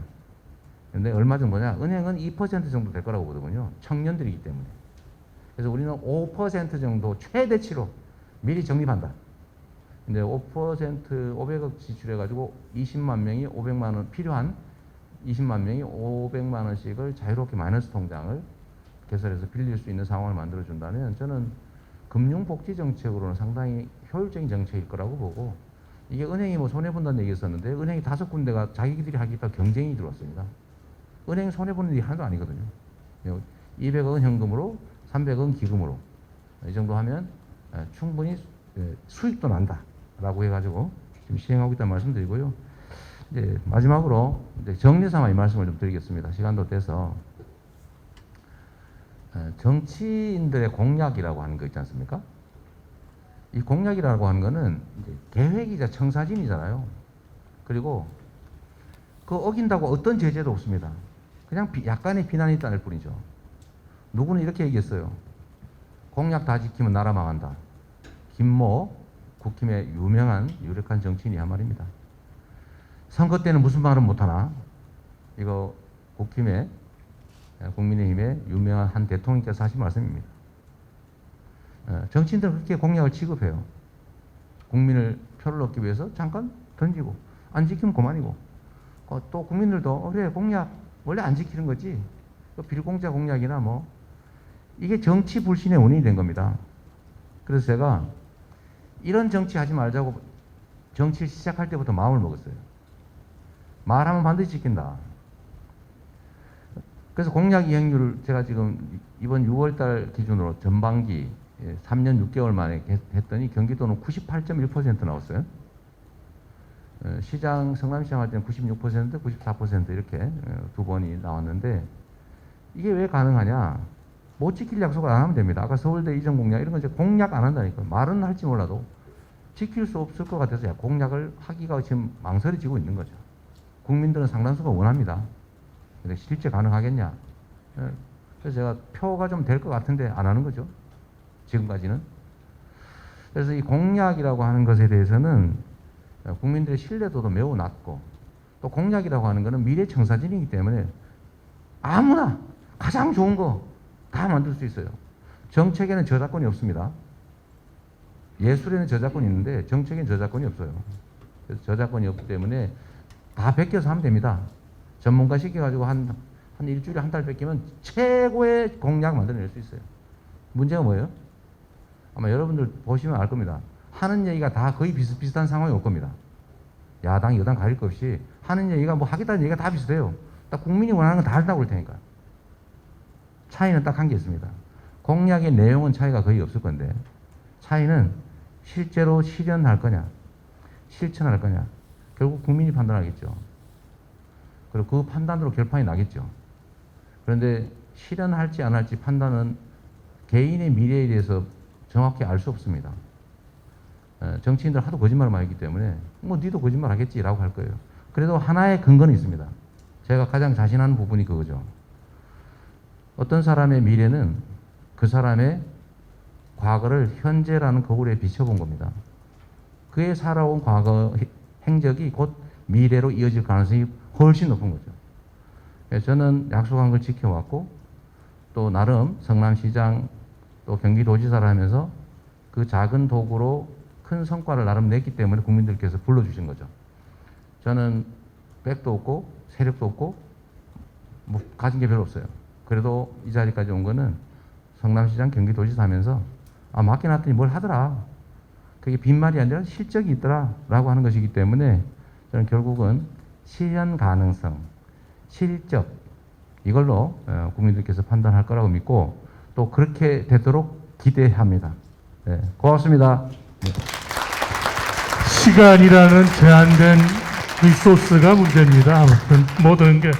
자, 우리 유심히 보니까 경제학부 후드티를 입고 계시네요. 이거 내가 굉장히 좀 놀라운데, 거기서 구해 입고 오신다고 하더라고요. 학생분들 이제 좀 사진 찍고 싶은 분들 나오시고요. 이게 뭐 시간이 부족해서 단체로도 찍고 이렇게 했으면 좋겠습니다. 끝으로 후보님께 제가 두 가지 공약을 부탁드리겠습니다. 첫째, 만에 하나 말이지. 50%가 넘을 수 있는데 대통령이 되시면 가능하실 것 같습니다. 유력하실 것 같습니다. 요 83동 305에 다시 한번 오시는 겁니다. 오늘 좀 잘 진행되다가 시간이 부족해서 적극적으로 검토하는 하겠습니다. 두 번째 공약. 우리 경제학부 교수들이 정말 이제는 진짜 새로운 우리 한국경제의 길을 찾아야겠다고 그래서 이 책을 냈습니다. 얼마 전에 여러분 혁신의 시작이라 아까 개혁과 혁신 얘기를 하셨는데 이 책을 후보님은 물론이고 후보님 캠프에 경제하시는 분들을 꼭 읽도록 해주십시오. 제가 이렇게 썼습니다. 이재명 후보님께 젊은 우리 청년들과 함께 분노의 시대를 넘어 새 희망의 시대를 꼭 열어주십시오. 서울대 경제학부 금융경제세미나 담당 교수 수강학생 1동 이렇게 드리겠습니다. 네, 우리 다시 한번 뜨거운 박수 부탁드리고 우리 90일 남았습니다만 큰 성원 부탁드리겠습니다. 우리 학생분들 사진 찍으실 분들 나와주세요. 시간이 많죠.